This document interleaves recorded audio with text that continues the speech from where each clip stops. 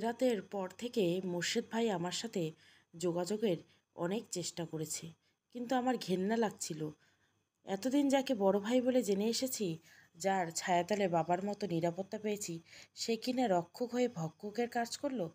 বাবা মা মারা যাওয়ার পর আমাদের 4 ভাই বোনের ঠাঁই হয় বড় মামার বাড়িতে। মামা মামি নিতান্ত সাধারণ মনের মানুষ এবং মধ্যবিত্ত। তাদের নিজেদের 3 সন্তানের মাঝেও কষ্ট হওয়া সত্ত্বেও আমাদের আশ্রয় দিলেন। আমাদের কোনো আধিক্যতা ছিল না, মামিও কোনো বৈষম্য করেনি। নিজেরা যা খেতেন পড়তেন আমাদের জন্য তা বরাদ্দ হতো। হ্যাঁ, আমাদের বাড়তি যোগ হওয়ার কারণে মামাতো ভাই বোনেরা বিলাসিতা করার সুযোগ থেকে বঞ্চিত হয়েছিল, কিন্তু এতে তাদের মনে কখনো ক্ষোভ দেখিনি। মনে হতো এটাই স্বাভাবিক। মাঝে মধ্যে মামি আক্ষেপ শোনা যেত, আমাদের জন্য খরচ বেড়ে গেছে, অথবা তার সন্তানদের স্বাদ আহ্লাদ পূরণ করা হচ্ছে না। ঘরের কাজ আমরা সব ভাই বোনেরা ভাগ করে করতাম।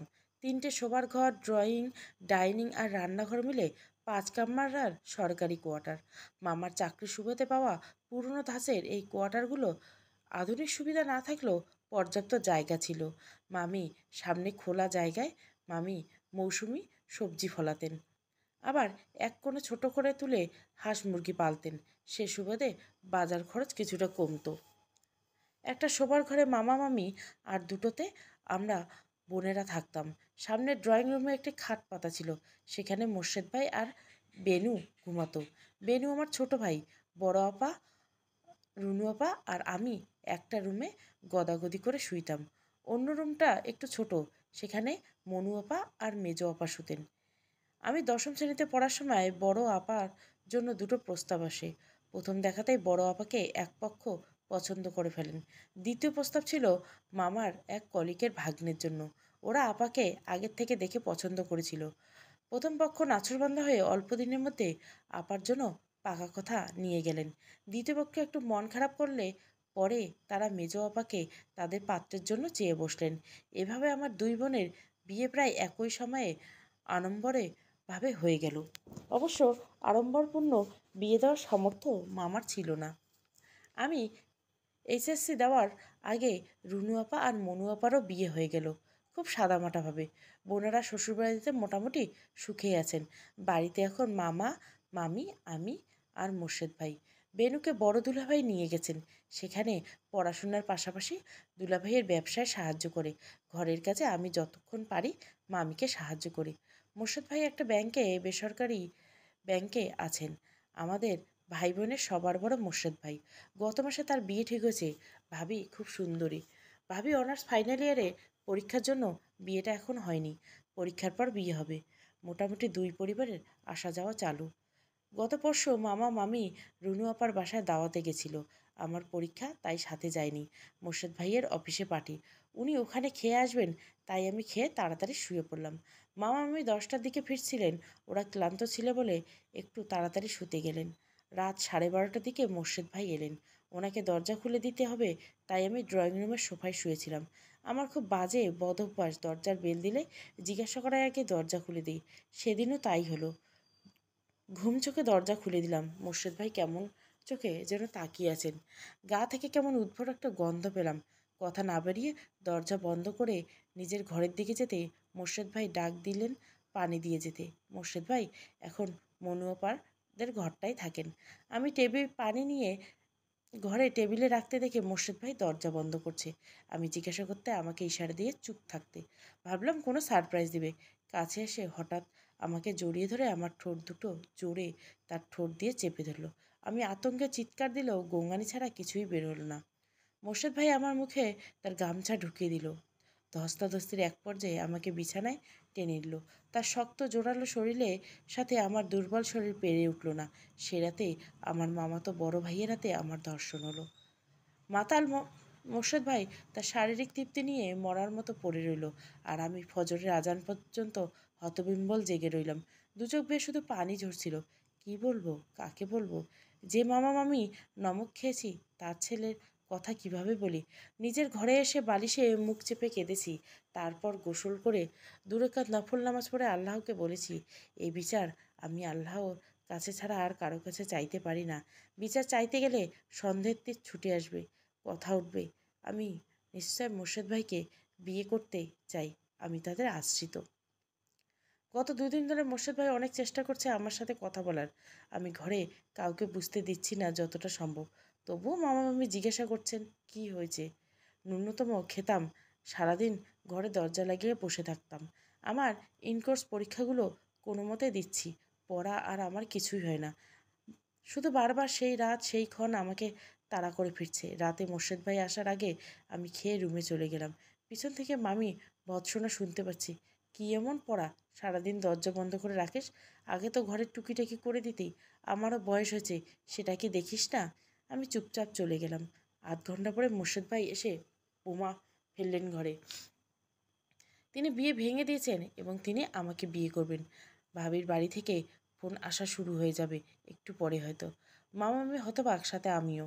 এতটা আশা করিনি। কিছুটা হাসি পেল। তিনি তার অনুশোচনার জন্য প্রায়শ্চিত্ত করার জন্য আমায় স্বীকৃতি দেবেন। তাতে কি আমার ভিতরে ঘৃণা মিটবে? মামা হুঙ্কার দিলেন। মামি আমার দিকে তাকিয়ে বললেন, এই ছিল তাহলে তোর মনে? এতই যদি এই ঘরের বউ হওয়ার শখ ছিল, তবে আগে বললি না কেন? এত লোক হাসিয়ে আমাদের অপমান করার জন্য? মামি আরও বিভিন্নভাবে আমায় কথা শোনাচ্ছিলেন। একসময় আমি মুখ খুললাম। মামা মামির সামনে সেদিনের ঘটনা বলে দিলাম। মামি চিৎকার করতে করতে এসে আমার চুলের মুঠি ধরে টান দিয়ে বলেন, হতচ্ছাড়ি, আমার ছেলেকে ভুলিয়ে ভালিয়ে বিয়ে করার জন্য ফাঁদ ফেলে আবার আমার ছেলের চরিত্র কলঙ্ক দিচ্ছিস। সারা জীবন খাইয়ে পড়িয়ে মানুষ করলাম, তার এই মূল্য দিলি? কোনোদিন আমি আমার বাচ্চারা সগাল্লাদ করতে পারিনি তোদের জন্য, আজ এই মূল্য দিলি? এক্ষুনি বের হয়ে যা, কাল সাপের বাচ্চা। মোর্শেদ ভাই একবার তার বাবা মাকে সত্যিটা বললেন না, স্বীকারও করলেন না। মামি আমার বড় 2 বোনকে ফোন করে সব জানালেন। গালিগালাজ করতে লাগলেন আমার মৃত বাবা মাকে। সাপান্তর করতে লাগলেন আমাকে। মামির সাথে মামাও। সইতে না পেরে রুমে ঢুকে দরজা লাগিয়ে দিলাম কিছুক্ষণ। খুব কান্না পেল। ধীরে ধীরে নেচের ব্যাগটা গুছিয়ে নিলাম। সারা রাত মামি একে তাকে ফোন করে আমার কৃতকর্মের কথা সবাইকে মোটামুটি জানিয়ে ফেলেছেন। ভোর আগার আগে মোর্শেদ ভাইকে একটা চিঠি লিখলাম। মোর্শেদ ভাই, আপনার সাথে কথা বলার রুচি আমার নেই। সারা জীবন আপনাদের আশ্রিত ছিলাম, মামা মামির ছায়ায় ছিলাম। কখনো নিজেকে এতিম মনে হয়নি, আজ নিজেকে এতিম মনে হচ্ছে। এতদিন আমাদের ভাই বোনদের জন্য আপনাদের স্যাক্রিফাইসগুলো শোধ নিতে না পারায় কষ্ট কুড়ে কুড়ে খেত। প্রতিদিন কিভাবে দেব সেটা খুঁজে পেতাম না। আপনাদের ত্যাগের প্রতিদান আমার সতীত্বর দামে নিবেন জানা ছিল না। ইতি আশ্রিতা। ভোর হতে বাড়ি থেকে বের হয়ে গেলাম। বড় আপা বারবার ফোন দিয়েছে রাতভর ওর ওখানে চলে যেতে। আমি ফোনটা বন্ধ করে সিমটা ফেলে দিলাম। দ্বিতীয় কারো আশ্রিতা হতে চাই না। এই যাবি? রেট কত তোর? কথা শুনে মনে হলো গায়ে কেউ অ্যাসিড ছুড়ে দিচ্ছে। তাকিয়ে দেখি 35-36 বছর বয়সী এক লোক আমার দিকে জিজ্ঞাসা দৃষ্টিতে তাকিয়েছে। পরনে সস্তা টেট্রনের শার্টটা বুকের 3টে বোতাম খোলা, লুঙ্গির টঙ্গুই ছুঁয়ে নেমে গেছে। মুখ ভর্তি সুরভি জর্দার গন্ধে ভুর ভুর করে বেরোচ্ছে। মামি, সুরভি জর্দার কৌটা থেকে এমন গন্ধ পাওয়া যেত? কিরে, তোর তো ভারী দেমাক, রেট কত তোর? আমি কিছুক্ষণ তাকিয়ে আস্তে আস্তে চোখ নামিয়ে নিলাম। পার্ক থেকে বের হয়ে গেলাম। বাড়ি থেকে বের হয়ে প্রথমে বান্ধবীর হোস্টেলে গেলাম। ওর কাছে ব্যাগটা রেখে সারাদিন বিভিন্ন মহিলা হোস্টেলগুলোতে খোঁজ নিলাম। কোথাও বাসা ভাড়া নেওয়ার মতো ক্ষমতা আমার নেই। সম্বল বলতে বড় আপার ঈদের দেওয়া 2000 টাকা, যেগুলো আমি জামা না কিনে কলেজে পাওয়ার পরিশোধের জন্য রেখেছিলাম, আর নিজের জমানো 700 টাকা। মামা কলেজ যেতে প্রায় গাড়ি ভাড়া বাবদ 20-50 টাকা দিতেন। দুলাভাইরা বেড়াতে এলে 200 টাকা হাত খরচের জন্য দিতেন। আমার কোনো বাড়তি বিলাসিতা ছিল না। এগুলো আমি জমাতাম ফর্ম ফিল আপ বা বই খাতা কেনার জন্য। ভবিষ্যতে কী হবে বা কী খাবো আপাতত কিছুই মাথায় আসতে না। একটা থাকার জায়গা দরকার। বান্ধবীর হোস্টেলে সিট খালি নেই বলে একটু বিপদেই পড়লাম। সারাদিন কিছু খাওয়া হয়নি, পা যেন আর চলছে না। বিকেলের পর একটু জিরোতে পার্কে বসেছিলাম। বিভিন্ন কথা মনের মধ্যে উথাল পাথাল করছিল। কখন সন্ধ্যা হয়ে গেছে আমার খেয়াল নেই। লোকটার কথায় খারাপ লাগলো, তাকে আমি দোষ দিইনি, কারণ ভর সন্ধ্যাবেলা ওখানে কোনো ভদ্রঘরের মেয়ে একা বিহম্বল বসে থাকবে এটা আশাতীত। আবার এলাম বান্ধবীর কাছে। আমার খুব লজ্জা হতে লাগলো। কারো আশ্রিত হতে চায়নি, কিন্তু আমি নিরুপায়। আমার সারাদিনের না খাওয়া চিমসে মুখ দেখে সে অনেক প্রশ্ন করলো। মোর্শেদ ভাইয়ের অংশটুকু ছাড়া তাকে যতটুকু বলা যায় ততটুকু বললাম। সে তার পরিচিত কয়েকজনকে নক দিল। কোথাও খালি নেই। ওর রুমের বর্ডার 3 জন, ওরা প্রস্তাব দিলেন যতদিন কোনো ব্যবস্থা না হয় আপাতত ওদের এখানে গেস্ট হিসেবে থাকা, তবে সেটা 1 সপ্তাহের বেশি যেন না হয়, ততদিন কিন্তু মিল চালিয়ে যেতে হবে। আমি মনে মনে আল্লাহর প্রতি প্রতিজ্ঞা করলাম। সারা রাত আমার নির্ঘুমে কেটে গেল। সকালবেলা উঠে প্রথমে কলেজে গেলাম। এক বান্ধবী তার খালাতো ভাই বোনের জন্য শিক্ষক খুঁজছিলেন। কয়েকদিন আগে ওর মুখ থেকেই শুনেছিলাম। আমি নিজেকে অনেককে বলেছি, ভাগ্যের ফের আজ আমাকে এখানে দাঁড় করিয়ে দিল। মামার বাসায় থাকতে বেশ কয়েকটা টিউশনি অফার এসেছিল, কিন্তু মামির কাছে সাহায্য করার জন্য সেগুলো ফিরিয়ে দিয়েছি। বান্ধবীর সাথে দেখা হলে ওকে বললাম টিউশনটা আমি করতে চাই। সে একটু অবাক হলো, মুখে কিছু বলল না। কথায় বলে, যার কেউ নেই তার আল্লাহ আছে। ওই দিন আমি একসাথে 2টো টিউশন পাই। 2টো টিউশন করলে মাস শেষে 5,000 টাকা পাবো। আমার কোনো মতন চলে যাবে। 1 সপ্তাহ হওয়ার আগে একটা পরিবারের সাথে পেইং গেস্ট হিসাবে উঠি।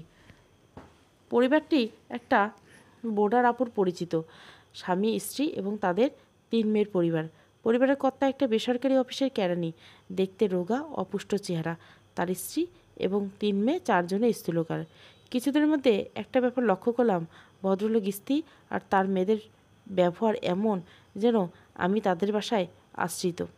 কথায় কথায় খাবার খোঁটা দেয়, কাজ নিয়ে ভাগাভাগি করে, নিম্নমানের খাবার আমার জন্য দিচ্ছে, অথচ টাকাই পুরো নিচ্ছে।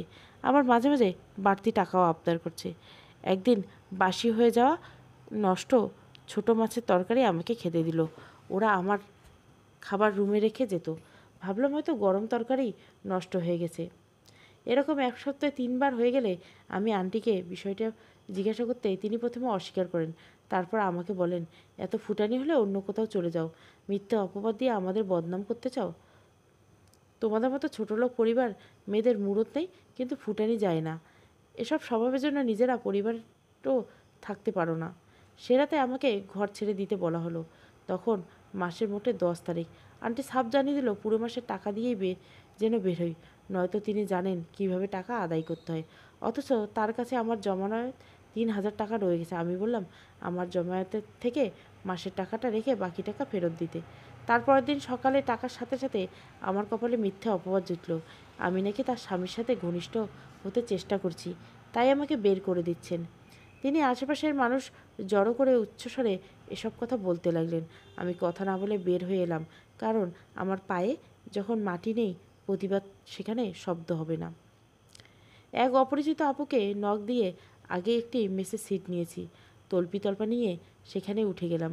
বানবাসী মানুষের মতো একবার এখানে আর একবার ওখানে করতে গিয়ে আমি আমার সাথে ঘটে যাওয়া দুর্ঘটনার ফলাফল নিয়ে ভাবার সময় মাত্র পাইনি। মাস পার হয়ে গেল, 20 দিন চলে গেল, আমার চলতি মাসে পিরিয়ড হলো না। ব্যাপারটা বুঝতে না পারায় এটা নিয়ে কোনো ইমোশন কাজ করেনি। এই দুর্ঘটনাকে আবেগ দিয়ে ভাবলে আমার পথ চলা দায় হয়ে যাবে। প্রথম মাসে টিউশনির টাকাটা পেয়ে সোজা চলে গেলাম কমিউনিটি ক্লিনিকে। ওরা নানা প্রশ্ন করতে লাগলো, বিয়ে হয়েছে কিনা, স্বামী কই, সাথে এলো না কেন, ইত্যাদি ইত্যাদি। সত্যি বলার ইচ্ছে ছিল না, মিথ্যে বলার দরকার মনে করিনি, তাই চুপ ছিলাম। আমাকে চুপ থাকে দেখলে একজন আয়া বলে উঠল, কার সাথে লটর পটর করতে গিয়ে ওটা বাঁধিয়ে নিয়ে এসেছি আর কি। এগুলো টাকা পেলেই যাত্রার সাথে শুয়ে পড়ে। বাপ মায়ের দেওয়া টাকায় তো আর বিলাসিতা করতে পারে না। আমার 2 চোখ জ্বলতে শুরু করলো, তবুও কিছু বলিনি। অ্যাবর্শনে যখন ডাক্তার করেছিল প্রচণ্ড ব্যথায় মাগো বলে চিৎকার দিয়েছিলাম মনে আছে। মেসে ফেরার সময় রিস্কার ঝাঁকুনিতে মনে হয় প্রাণ বেরিয়ে যাবে। মেসে ফিরে বাথরুমে ঢুকে হাউমাউ করে কেঁদেছি। দিনে মেসের বোর্ডরা তেমন কেউ থাকে না বলে নিজেকে ধরে রাখিনি। মনে মনে এটুকু চাওয়া ছিল নিজের কাছে, এই জীবনে শোনা প্রতিটি কথা, প্রতিটি প্রশ্নের জবাব একদিন নিশ্চয় দেব। তারপর থেকে শুধু কলেজ, টিউশনি আর বিভিন্ন কম্পিটিটিভ পরীক্ষার জন্য নিজেকে তৈরি করা।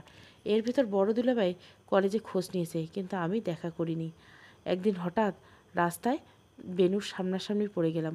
আমার খুব ইচ্ছে হলো একবার ভাইটাকে একটু আদর করি, কিন্তু বেনু আমায় দেখে খুব সহজেই মুখ ফিরিয়ে চলে গেল, যেন আমি চলতি পথে কোনো পথচারী। মাস 2 পরে ঘটনা, অনার্স পরীক্ষার রেজাল্ট দিল। আমি মেসেই ছিলাম। কেউ একজন আমায় খুঁজতে এসেছে। আমার রুমমেটরা অবাক, আমাকে তো এতদিনে কেউ কখনো খুঁজতে বা দেখা করতে আসেনি। আমি বাইরে এসে দেখি মোর্শেদ ভাই আর মামা। খোঁজ কীভাবে পেলেন জানি না। একই শহরে থাকি, খোঁজ পাওয়া অসম্ভব কিছু না। মামা খুব নরম কণ্ঠে আমায় কাছে ডাকলেন। এটা বললেন যে মোর্শেদ ভাই সব স্বীকার করেছে। তিনি এখন আমাকে বিয়ে করে পাপের প্রায়শ্চিত্ত করতে চান। আমি আশ্চর্য হলাম, কারণ খেয়াল করলাম এদের কারো প্রতি কোনো রকম সহানুভূতি কাজ করছে না। আমার নির্লিপ্ততা আড়ষ্টতা দেখে ওরা আর কথা বাড়ালো না। মোর্শেদ ভাই বারবার ক্ষমা চাচ্ছেন। প্রচণ্ড ঘৃণায় আমার গা রি রি করতে লাগলো। কিসের ক্ষমা? আমি সরাসরি ওনার চোখের দিকে তাকিয়ে বললাম, আপনার ত্যাগের মূল্য তো শোধ হয়ে গেছে। এখন ক্ষমা চাওয়ার নাটক বাদ দিন, দয়া করে বিদায় হন। এই সপ্তাহে আমি মেসটা ছেড়ে দিয়ে নতুন আরেকটা মেসে উঠলাম। সে বছর আমি একটা বেসরকারি প্রতিষ্ঠানে অফিসে সহকারী হিসেবে জয়েন করি। চাকরির পাশাপাশি সামনে পড়াশোনা চলতে থাকে। লক্ষ্য একটাই, বিসিএস দিব। রোজ চাকরির শেষে একটা কোচিং সেন্টারে পড়তে যাই। ফিরতে রাত হলে গলির মুখে দাঁড়িয়ে থাকা মানুষগুলো চোখ অনেক কথা বলে। তাদের দৃষ্টি শরীরে সাপ ছেড়ে দেওয়ার মতো মনে হয়। রোজ রাতে আল্লাহকে বলি, আর একটু ধৈর্য দাও, আর একটু যেন সইতে পারি। প্রথমবার বিসিএস পরীক্ষার জন্য খুব পরিশ্রম করে তৈরি হলাম। পরীক্ষার 2 সপ্তাহ আগে হঠাৎ জ্বরে পড়লাম। প্রচণ্ড জ্বরের ঘোরে পোলায় বকতাম। পরীক্ষায় টাইফয়েড ধরা পড়ল। রুমমেটরা সরকারি হাসপাতালে ভর্তি করিয়ে দিলেন। ওরা সকাল বিকাল পাড়া করে দেখতে যেত, রাত জাগত। প্রায় 2 সপ্তাহ পর জ্বর একটু কমলো। রিলিজ নিয়ে বাসায় আসার পর অফিসে ফোন দিয়ে জানা গেল আমার চাকরিটা প্রায় নেই। আমাকে তারপরের দিনে জয়েন করতে বলা হলো। গেলাম, সারাদিন অফিস করে মেসে ফিরে আবারও জ্বর। এবার সেই জ্বর মাস 2 ভুগিয়ে দিল। আমার ওজন কমে গেলেও লম্বা চুল প্রায় ঝরে গেল। আমার চাকরিটা চলে গেছে, হাতে টিউশন নেই। তার কাছ থেকে ধার করে কিছুদিন চলার পর আবার টিউশনি শুরু করলাম। এবার আর চাকরি নিলাম না, টিউশন পড়াই আর নিজের পড়াপড়ি। হঠাৎ একদিন পরিচয় হলো এক ব্যাংক কর্মকর্তার সাথে। চমৎকার সুদর্শন মানুষটি আমার ভালো লাগতে শুরু করলো। সে আমাকে উৎসাহ দিত বিসিএস পরীক্ষার জন্য পড়তে। আমরা একসাথে স্বপ্ন দেখেছি সুন্দর ভবিষ্যৎ। সে বলতো আমার অতীত নিয়ে তার মাথা ব্যথা নেই। আমরা বিয়ে করব ঠিক করলাম। সে আমার বিসিএস না হওয়া পর্যন্ত বাসায় জানাবে না। বিসিএস হলে তবে একসাথে 2টো সারপ্রাইজ দিবে। ওর পরিবারে মোটামুটি চিনতো আমাকে। এর মধ্যে একদিন ভাবলাম আমাদের সম্পর্ক তো একটা পরিণতির দিকে যাচ্ছে, আর আমার অতীত নিয়ে তার কোনো মাথা ব্যথা নেই। আমার নিজস্ব স্বচ্ছতার জন্য তাকে সব জানানো উচিত। আমরা দেখা করলাম। সে আমার হাত ধরেই ছিল। আমি তাকে সব বললাম। আমি মামার কাছে মানুষ, এতিম, এসব সে জানতো। তাতে কোনো সমস্যা ছিল না। যখনই রাতের ঘটা এবং আমার অ্যাবর্শনের কথা জানলো, তখন সে অট্টহাসি দিয়ে উড়িয়ে দিল। বলল, এই 21 শতকে এসব নিয়ে সমস্যা হয় নাকি? আমার বুকের পাথরটা নেমে গেল। খুশি হয়ে মেসে ফিরলাম। এরপর থেকে ওর সাথে কথা বা দেখা হওয়া কমতে লাগলো। খালি ব্যস্ততার অজুহাত। কিছু বললেই রেগে যেত, বিয়ের প্রসঙ্গ এড়িয়ে যেত। একদিন খুব কথা কাটাকাটির হলে এক পর্যায়ে আমাকে বলল, এত যে গলা উঁচু করে কথা বলো, তোমার আছেটা কি? ভার্জিনিটিও তো নেই। এই কথার পর আমার জবাব আমি পেয়ে গেলাম। নিজেকে নিজেই জুতো পিটা করতে ইচ্ছে করছিল। আমি নিজের লক্ষ্য ভুলে স্বপ্ন দেখার দুঃসাহস বা করলাম কেন? তারপর স্বপ্ন দেখা বাদ দিয়ে আবারও পড়াশোনায় মনোযোগ দিলাম। আল্লাহ বান্দার দোয়া কবুল করে পরের বছরে আমি বিসিএস পাশ করে যাই। নিয়োগ হওয়ার পর যতবার আমার বদলি হতো, চয়েস করার সুযোগ পেলে নিজ জেলায় পোস্টিং না নেওয়ার চেষ্টা করেছি সর্বোচ্চ। বিয়ে করেছি পেশাগত দিক দিয়ে। পরিচয়ের পর যখন হৃদ্যতা বাড়ল, তখন তাকেই সব জানিয়েছি। তিনি তা আর 10টা সাধারণ মানুষের মতো কোনো নায়কত্বেও কিছু করেননি। শুধু বলেছেন মানুষ দুর্ঘটনায় হাত পা হারায়। আমি মনে রাখব আমার স্ত্রী দুর্ঘটনায় তার কুমারিত্ব হারিয়েছে, নিজেকে নয়। এখন আমার জীবন একেবারে হ্যাপিলি ওভার আফটার জাতীয় কিছু নয় হয়তো, তবে আমি যা হারিয়েছি তার প্রতিদানে অনেক বেশি পেয়েছি। আমার পরিবার আছে যেখানে আমি আশ্রিত নই। আমার সামাজিক প্রতিষ্ঠাতা আছে যেখানে কেউ চাইলে আমার রেট কত জিজ্ঞাসা করতে পারে না। আমার আর্থিক নিরাপত্তা আছে, আমাকে কেউ খাবার খোটা দিতে পারে না। আশ্রিতা। সমাপ্ত। ভালো লাগলে অবশ্যই লাইক, শেয়ার এবং সাবস্ক্রাইব করবেন। Thank you for watching.